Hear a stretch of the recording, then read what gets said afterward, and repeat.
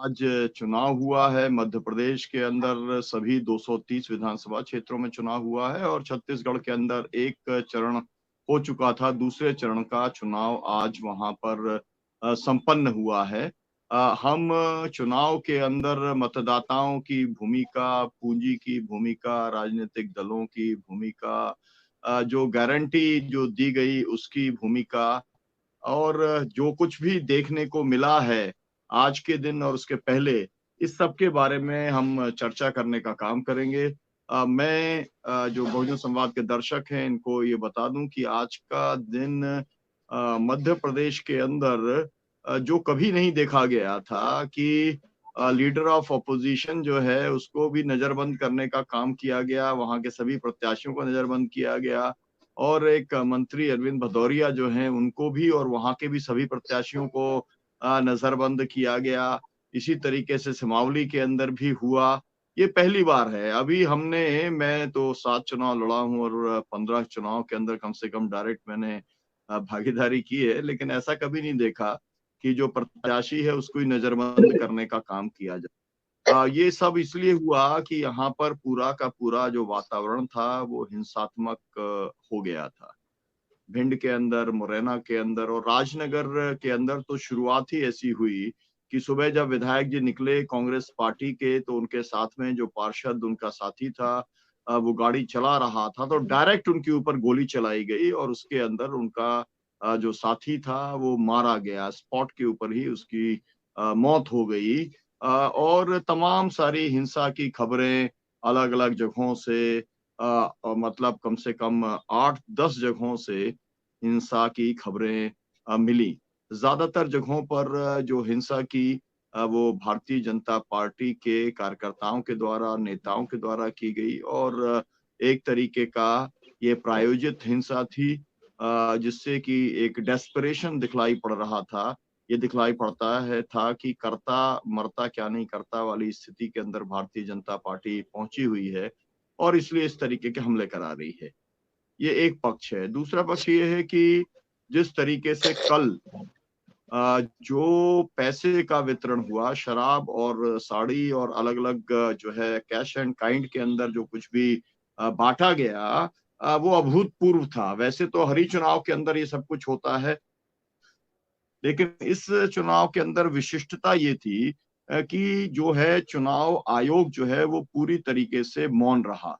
मैंने खुद ने जो शिकायत की है ना, एक गांव के अंदर 4 लोग शराब बेच रहे हैं जिन्होंने चुनौती दी कि हम तो बेचते ही हैं, बिकेगी ही, हम तो लोगों को पिलाएंगे ही। सब कुछ निर्वाचन अधिकारी को लिख करके दिया गया, बात हुई 2-2 3-3 बार, लेकिन कोई कार्रवाई नहीं हुई। पूरे मध्य प्रदेश के अंदर ऐसा लगा कि पूरा जो है दारूमय हो गया। मतलब यह है कि शराब माफिया पूरे चुनाव के अंदर हावी दिखलाई पड़ा मध्य प्रदेश के अंदर। इस बीच में जो आशंका थी वही हुआ। लाडली बहना योजना जो यहाँ पर महिलाओं को पहले 1,000 रुपया देने की बात थी, फिर 1,250 देने की बात आई, फिर शिवराज सिंह चौहान ने कहा कि मैं 3,000 रुपए तक बढ़ाकर देने का काम करूंगा और चुनाव के ठीक 2 दिन पहले कहा कि मैं पक्के मकान भी लाडली बहना को देने का काम करूंगा। अब मुझे लगता है कि इस चुनाव के अंदर बहुत मारक असर उसका हुआ, जिसका नतीजा चुनाव के अंदर हमको देखने के लिए मिलेगा। पहली बार महिलाओं की ज्यादा बड़ी लाइनें देखी गई। पहली बार महिलाओं की वोटर्स की जो संख्या थी वो पुरुषों की तुलना में ज्यादा देखी गई, क्योंकि मैं बूथ के ऊपर था और एक बूथ के अंदर नहीं, कम से कम मेरे पास में 30-40 बूथ जिनके अंदर मैं दिन में गया था, मेरे पास में उसका डाटा है। उससे ये पता चलता है कि महिलाओं की इस चुनाव के अंदर काफी ज्यादा सक्रियता रही, मतलब उनका पार्टिसिपेशन रहा। आमतौर पे महिलाओं को जो है निकाला जाता था, वो घर का काम करने के बाद निकलती थी, लेकिन वो स्वप्रेरणा से निकली और उन्होंने पूरे दिन लगातार मतदान करने का काम किया। इसका क्या असर होगा ये भी देखना बहुत लाजमी होगा। इसके साथ साथ एक और काम हुआ कि हम लोग पूरे चुनाव के अंदर लोगों से ये कहते आ रहे थे कि जो 6,000 रुपया साल का, मतलब 5 साल का 30,000 रुपया जो प्रधानमंत्री सम्मान योजना का आना था वो नहीं आया। लेकिन कल सुबह सुबह सुबह जो है 2-2 हजार रुपया जो है सबके खातों में ट्रांसफर हो गया। मतलब मेरा ये है कि सीधे सीधे जो चुनाव की आचार संहिता है उसका उल्लंघन किया गया।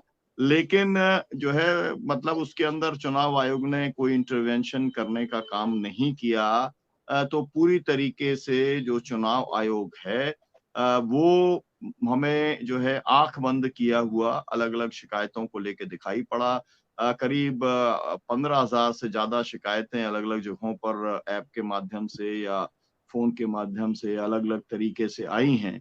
उसके ऊपर कोई कार्रवाई होती हुई हमको जो सक्रिय तौर पे पहले दिखलाई पड़ती थी, नहीं दिखा। मेरे खुद ने मतलब चुनाव बहुत सारे लड़े हैं, तो मैंने कभी नहीं देखा कि एक गांव के अंदर जो है कम से कम 100-200 बैनर लगे हों, हर घर के अंदर जो घर के ऊपर 3 जो है झंडे लगे हुए हों। मतलब एक जो पहले जमाने में चुनाव होता था उसमें ये सब होता था, लेकिन बाद में टीएन सेशन ने जिस तरीके से चुनाव को कसा था, उसके बाद में ये सब चीजें लगभग बंद हो गई थी। लेकिन वो सब कुछ हमारे को फिर से मध्य प्रदेश में दिखलाई पड़ा। यहाँ की जो बेस लाइन थी वो ये थी कि यहाँ पर लोग एंटी इनकम्बेंसी बहुत जबरदस्त थी। उसके लिए वोट देने का काम यहाँ पर करेंगे, ऐसा लोग मान करके यहाँ पर चल रहे हैं। लेकिन दोनों ही पार्टियां जो हैं उन्होंने गारंटी इसके ऊपर जो है वो अपना पूरा एक तरीके से सब कुछ उसी के ऊपर उन्होंने आश्रित छोड़ दिया है। जो जीतेगा, जो हारेगा उसमें गारंटी की सबसे बड़ी भूमिका रहेगी, ऐसा मान करके मध्य प्रदेश के बारे में भी कहा जा सकता है, छत्तीसगढ़ के बारे में भी कहा जा सकता है। मैं जो ऐसे दर्शक हैं जो शायद पहली बार अगर जुड़ रहे हैं उनको बताऊं कि मध्य प्रदेश के अंदर पिछली बार जो सरकार बनी थी कांग्रेस की, जिसके अंदर जिसको अपहरण कर लिया था भारतीय जनता पार्टी ने, उस सरकार ने 2 लाख रुपए कर्जा माफी की बात कही थी। इस बार उसको रिपीट करने का काम किया गया और खास तौर पर जो है छत्तीसगढ़ के अंदर जो कहा धान के रेट को लेके, जो पिछली बार 2500 को लेकर के 2500 रुपए क्विंटल को लेकर के 15 क्विंटल की खरीद को लेकर के जो एक हुआ था, सरकार बनी थी कांग्रेस की, उसी फॉर्मूले को इस बार कांग्रेस ने फिर लगाया। 3200 रुपए का रेट, 20 क्विंटल की खरीद की बात उन्होंने कही। अब वो गारंटी कितनी काम आ रही है, मैं मानता हूं कि काम आ रही है। उसके बारे में तेज राम विद्रोही जी ज्यादा बेहतर ढंग से हम लोग को बताएंगे। तो हमारे साथ